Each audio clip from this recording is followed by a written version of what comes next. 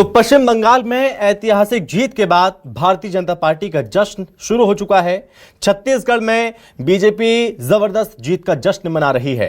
BJP कार्यालय में प्रदेश अध्यक्ष किरण सिंह देव मौजूद हैं और किरण सिंह देव ने संवाददाता शिवम मिश्रा से खास बातचीत की। इस दौरान क्या कुछ कहा आपको सुनाते हैं।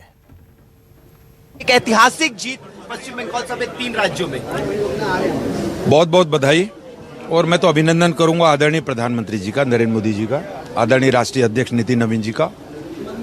और चुनाव में रणनीतिकार योजना बनाकर जिस तरीके से पूरे बंगाल में लगातार उनका प्रवास हुआ, यदि हमारे केंद्रीय गृह मंत्री आदरणीय अमित शाह जी का, और बंगाल की जनता का भी मैं बधाई देता हूं, अभिनंदन करता हूं।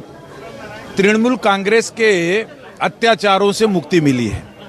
15 साल जिस तरीके से चुनाव के वक्त, और आप देखिए कि निरपराध निर्दोष लोगों को इन लोग चुनाव में मतदान करने के नाम पर बलि चढ़ा देते थे, हत्या कर देते थे उनकी। हमारे कार्यकर्ता, पदाधिकारी, वरिष्ठ नेतागण, हमारे वे सभी जनप्रतिनिधि जो इन चुनाव में और लंबे समय से रहकर अपनी महत्वपूर्ण भूमिका का जिन्होंने निर्वहन किया, और साथ साथ वहाँ के कार्यकर्ताओं के साथ मिलकर समन्वय स्थापित किया, उसके लिए उनको भी मैं बहुत बधाई और धन्यवाद ज्ञापित करता हूँ। छत्तीसगढ़ से भी और सैकड़ों की संख्या में यहाँ के जनप्रतिनिधि, कार्यकर्ता, पदाधिकारी बंधु वहाँ गए थे। पश्चिम बंगाल और आसाम सभी प्रकार की जीतों के लिए, क्योंकि ये देश के लिए बहुत जरूरी था।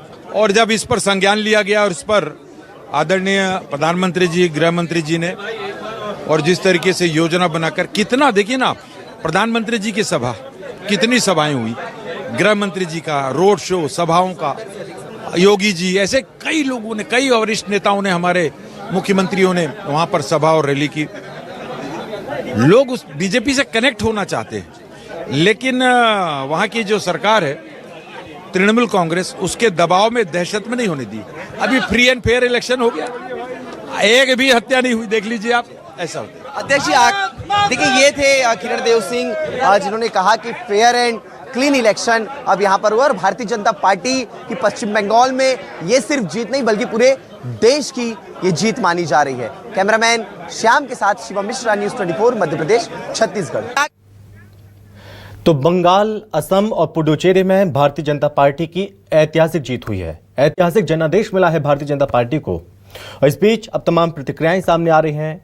बातचीत भी हम लगातार कर रहे हैं नेताओं से, मंत्रियों से, क्योंकि पूरा पसीना बहाया है भारतीय जनता पार्टी के नेताओं ने पश्चिम बंगाल को फतह करने के लिए। इस पर बातचीत भी करेंगे। हमारे साथ जुड़ रहे हैं बातचीत करने के लिए डिप्टी सीएम है छत्तीसगढ़ से अरुण साव जी। अरुण साव जी, बहुत स्वागत है सर आपका, और बहुत धन्यवाद न्यूज़ 24 मध्य प्रदेश छत्तीसगढ़ को वक्त देने के लिए। धन्यवाद आपका। जी धन्यवाद आपका। जी, सबसे पहले तो सर आपको ढेर सारी शुभकामनाएं।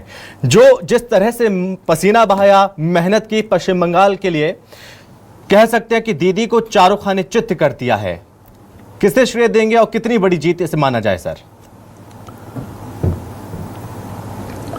निश्चित रूप से पश्चिम बंगाल की जनता ने टीएमसी के गुंडागर्दी को, टीएमसी को और ममता बनर्जी को टाटा बाय बाय कर दिया है। जिस प्रकार से ममता बनर्जी पश्चिम बंगाल के लोगों के साथ अन्याय कर रही थी, अत्याचार कर रही थी, पश्चिम बंगाल को भ्रष्टाचार का गढ़ बना दिया था, घुसपैठियों का गढ़ बना दिया था, और निश्चित रूप से जहां कानून का राज नहीं था, संविधान को महत्व नहीं था उनके लिए, आज पश्चिम बंगाल की जनता ने ऐसी सरकार को कड़ी सबक सिखाई है और टाटा बाय बाय कर दिया है। टीएमसी का खेला हो गया है, पश्चिम बंगाल की जनता ने खेला कर दिया है। बहुत ऐतिहासिक जीत भारतीय जनता पार्टी को मिली है। आज पश्चिम बंगाल की जनता के चेहरे में जो खुशी है, हमारे सैकड़ों कार्यकर्ताओं ने अपनी प्राण की आहुति दी है, और कितने प्रकार के प्रताड़ना हमारे कार्यकर्ताओं ने पिछले 15 सालों में झेला है। ये आज उन कार्यकर्ताओं की आत्मा को भी शांति मिली होगी कि उनका बलिदान जाया नहीं गया और पश्चिम बंगाल में कमल खिला है। हमारे प्रथम अध्यक्ष के जन्मस्थल पर आज भगवा लहराया है, कमल खिला है, तो भारतीय जनता पार्टी का एक एक कार्यकर्ता के लिए ये गर्व का विषय है, यह सम्मान का विषय है। और निश्चित रूप से बहुत बड़ी जीत पश्चिम बंगाल में भारतीय जनता पार्टी की हुई है जी। आसाम में लगातार तीसरी बार बीजेपी एनडीए की सरकार बनना ये बहुत बड़ी जीत है। तो निश्चित रूप से कांग्रेस पार्टी के सारे हथकंडे, टीएमसी के सारे हथकंडे, विपक्ष के सारे हथकंडों को धता बताते हुए तीसरी बार आसाम में बीजेपी एनडीए की सरकार बनने जा रही है। पुडुचेरी में भी एनडीए की सरकार बनने जा रही है। इस 5 राज्यों के चुनाव के परिणाम ने ये स्पष्ट कर दिया है कि देश में राष्ट्र हित की नीति चलेगी, विकास की नीति चलेगी, सबका साथ सबका विकास की राजनीति चलेगी, ये स्पष्ट कर दिया है जी। और तुष्टीकरण की राजनीति के दिन लग गए, परिवारवाद की राजनीति के दिन लग गए, भ्रष्टाचारियों के दिन लग गए, और महिलाओं का जिन लोगों ने अपमान किया, जिन लोगों ने सनातन का अपमान किया, उन सबको करारी सबक इस चुनाव में मिली है जी। तो निश्चित रूप से ये ऐतिहासिक जनादेश है जी। और नरेंद्र मोदी जी के प्रति आज देश की जनता में जो अटूट भरोसा है, हमारे राष्ट्रीय अध्यक्ष नितिन नवीन जी, देश के गृह मंत्री आदरणीय अमित शाह जी ने जो मेहनत की रणनीति बनाई, उसका ये परिणाम है। तो बहुत ऐतिहासिक ये जनादेश है। हम जो टैली दिखा रहे हैं उस टैली में इस बार आंकड़े बदल रहे हैं। जो आंकड़े अभी टीएमसी को मिल रहे हैं तकरीबन 84, उस बार ये संख्या आपकी थी 77, और बीजेपी को इस बार जो आंकड़े उस बार मिले थे 77, इस बार बीजेपी को मिल रहे हैं तकरीबन 200। तो ये मोदी मैजिक माना जाए या केंद्रीय गृह मंत्री अमित शाह की स्ट्रेटेजी, ये पूरी रणनीति उन्हीं के तहत ये सबको छुपाया आज संभव? देखिए, ये एक तरफ जहां नरेंद्र मोदी जी के काम है, नरेंद्र मोदी जी के जनता के दिल में जो उनके लिए सम्मान है, उसकी जीत है। अमित शाह जी और नितिन नवीन जी की रणनीति की जीत है, और ये पश्चिम बंगाल की जनता की जीत है। जो पश्चिम बंगाल में आज जो खुशी की लहर है, पश्चिम बंगाल के गांव गांव में, गली गली में जो आज भगवा केसरिया गुलाल जो उड़ रहा है, वो बताता है कि आज उन्हें कितनी प्रसन्नता है। तो ये नरेंद्र मोदी जी के नेतृत्व का कमाल है, अमित शाह जी, नितिन नवीन के रणनीति का कमाल है, और ये पश्चिम बंगाल की जनता। अरुण जी, ये चूंकि ये तो बात हो गई चेहरों की, आपने बता दी। अगर हम बात करें फैक्ट की, क्योंकि ये आप लगातार कहते रहे हैं कि बंगाल को बांग्लादेश बनाया जा रहा था, बंगाल को घुसपैठ का गढ़ बना दिया था दीदी ने, इस तरह के हालात कर दिए थे। और पहली मर्तबा हमने देखा इतने सालों में कि जब भी चुनाव हुए सर, वहां पर इतनी हिंसा हुई, इतना खून खराबा हुआ कि जब पहली बार ऐसा हुआ कि इस बार हिंसा की छुटपुट घटनाएं सामने आई हैं। भरोसा बीजेपी पर पूरा था बंगाल की जनता का, ये उन्होंने बता दिया। क्या SIR, क्या जो घुसपैठ का मुद्दा था, ये फैक्टर्स काम आए हैं इस बार? देखिए, हमने स्पष्ट रूप से कहा है, हमारे नेतृत्व ने कहा है कि यूसीसी लागू करेंगे और एक एक घुसपैठियों को चिन चिन कर देश से बाहर निकालेंगे, खदेड़ेंगे। पश्चिम बंगाल की धरती पर पश्चिम बंगाल के लोगों का ही अधिकार है, पश्चिम बंगाल के नौकरी पर पश्चिम बंगाल के युवाओं का ही हक है, वो करके रहेंगे।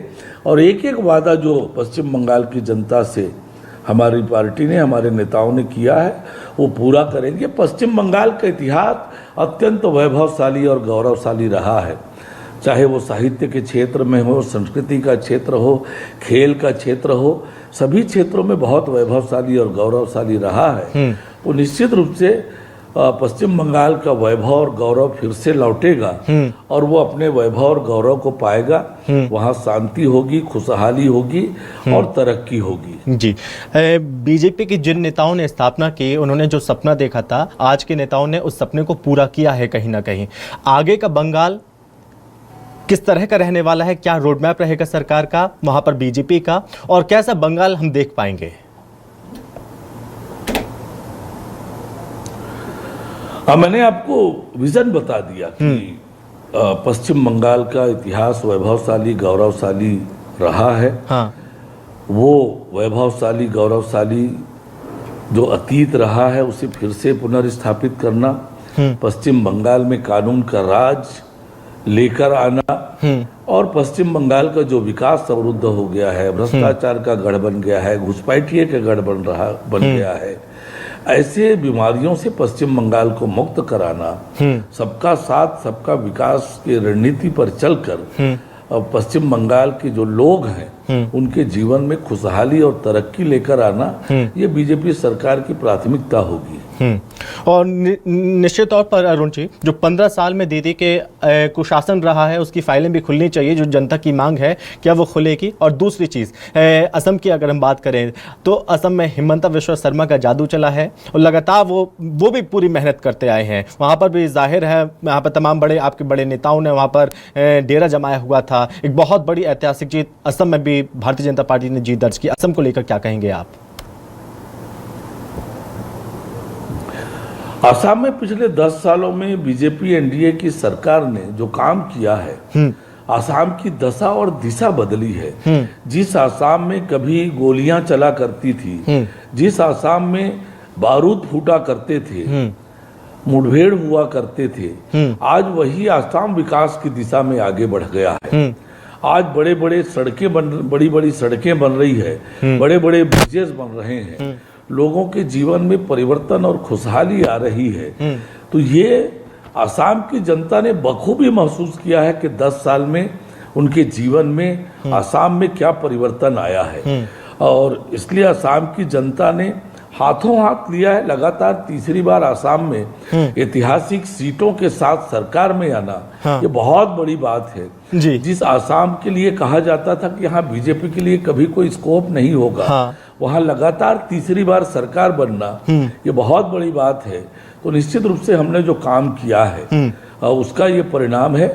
एक बात और स्पष्ट है कि अब देश में विकास की राजनीति होगी, देश में जनहित की राजनीति चलेगी, देश में राष्ट्रहित की नीति चलेगी, तुष्टीकरण, परिवारवाद और भ्रष्टाचार की राजनीति नहीं चलेगी। ये इस चुनाव परिणाम से बहुत स्पष्ट है। हमने असम में ये चीज देखी है, एक तरफ मामा और मियाँ की बात होती रही और दूसरी तरफ बात होती रही हिंदुत्व की और राष्ट्रवाद की, जबकि असम में तकरीबन 35% मुसलमान भी हैं। वो अच्छा खासा वोट यहां पर आपको मिला है।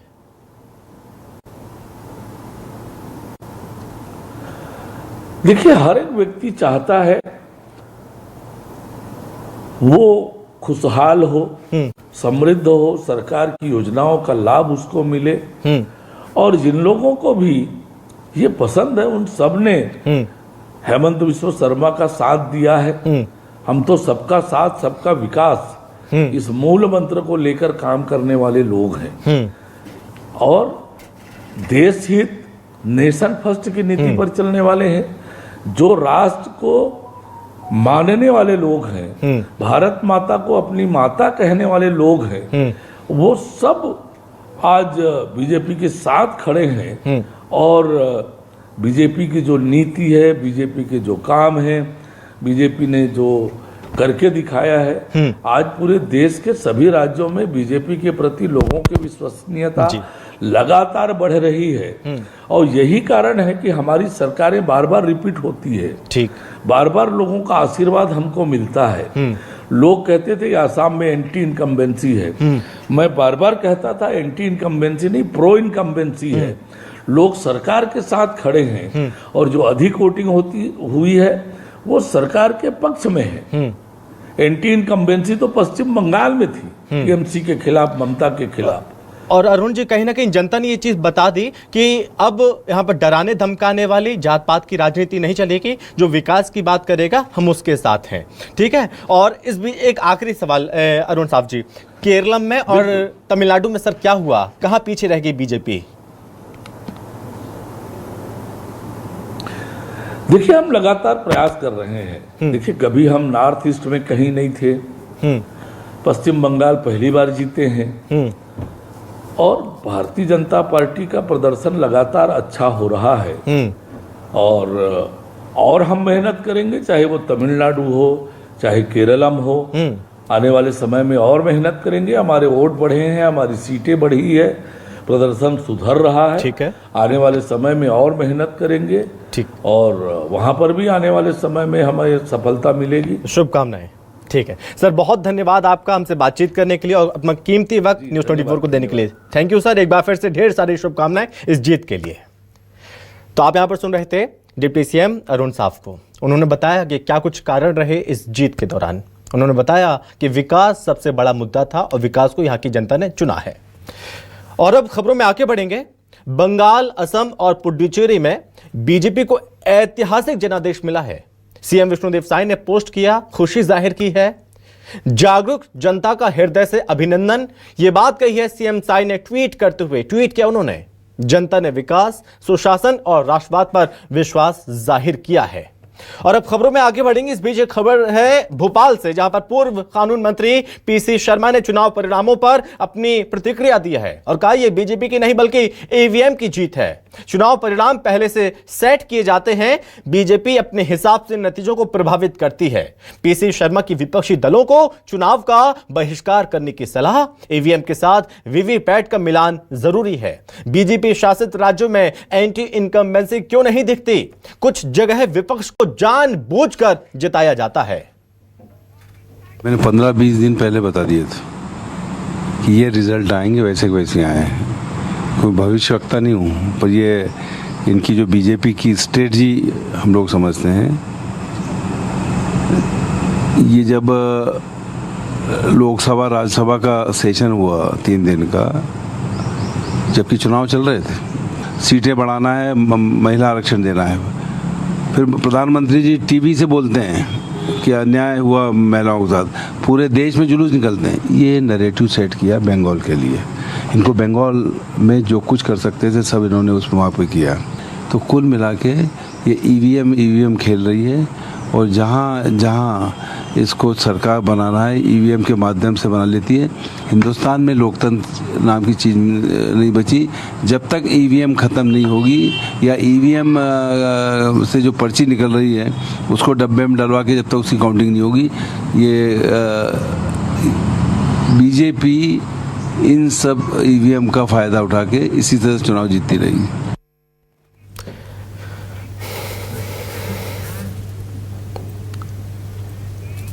तो बंगाल में भारतीय जनता पार्टी की ऐतिहासिक जीत के बाद छत्तीसगढ़ में भी जश्न का माहौल है।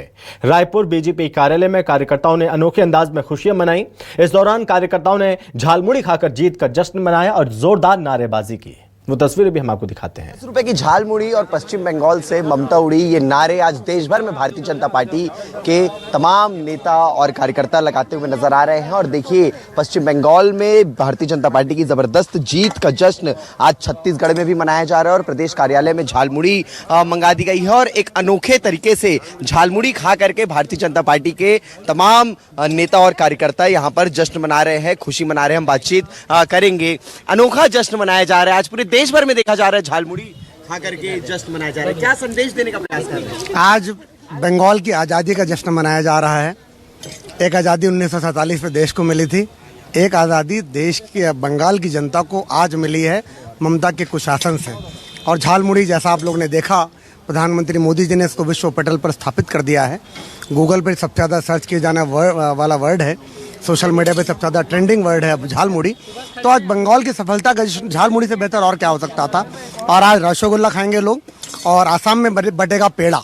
बंगाल जो कभी देश की राजधानी था, जो कभी क्रांति की राजधानी था, उसको ममता बनर्जी ने अपराध की और महिला असुरक्षा की राजधानी बना दिया था। तो आज आदरणीय नरेंद्र मोदी जी के नेतृत्व में बंगाल आज पुनः सोनार बांग्ला की ओर अग्रसर हो चुका है, और इसके लिए मैं तमाम मीडिया बंधुओं के साथ सबको बधाई देता हूं। महीनों से वहां पर डटे हुए थे और काम किया, और जनता को विशेष रूप से आभार कि उन्होंने मोदी जी पर भरोसा जताया है। और आने वाले समय में एक विकसित बंगाल के रूप में बंगाल वहां पर आएगा, काम दिखेगा आपको। डबल इंजन की सरकार निश्चित रूप से बंगाल में एक नए बंगाल की ओर अपन बढ़ रहे हैं। फोन करके बुलाओ, जल्दी अपना झालमुड़ी लेकर के आ जाओ, और इसके बाद में हम झालमुड़ी लेकर बुकिंग आ रही है। मतलब बीजेपी के तमाम बड़े नेताओं के यहाँ, मंत्रियों के यहाँ अभी बीजेपी कार्यालय में है। जी अभी हम बीजेपी कार्यालय में झालमुड़ी खिला रहे हैं। तो देखिए, पूरे देश में झालमुड़ी एक सियासत का हिस्सा बन चुकी थी। जब से देश प्रधानमंत्री नरेंद्र मोदी जो है वो प्रचार प्रसार के दौरान 10 रुपए की झालमुड़ी खरीद करके खाए थे और कहीं ना कहीं यही माना जा रहा है कि पश्चिम बंगाल में झालमुड़ी की सियासत ने कहीं ना कहीं भारतीय जनता पार्टी को एक बड़ी जीत दिलाई है। कैमरामैन श्याम के साथ शिवम मिश्रा, न्यूज़ 24, मध्य प्रदेश, छत्तीसगढ़। तो पश्चिम बंगाल में बीजेपी की जीत पर आशीष दुबे का बयान। बंगाल में राष्ट्रवाद की जीत है, भारत की जीत है, श्यामा प्रसाद मुखर्जी के सपनों की जीत है, ये पीएम नरेंद्र मोदी के कुशल नेतृत्व की जीत है, गृह मंत्री अमित शाह की रणनीति की जीत है। असम में भी बीजेपी की जीत, केरल में खाता खुल गया।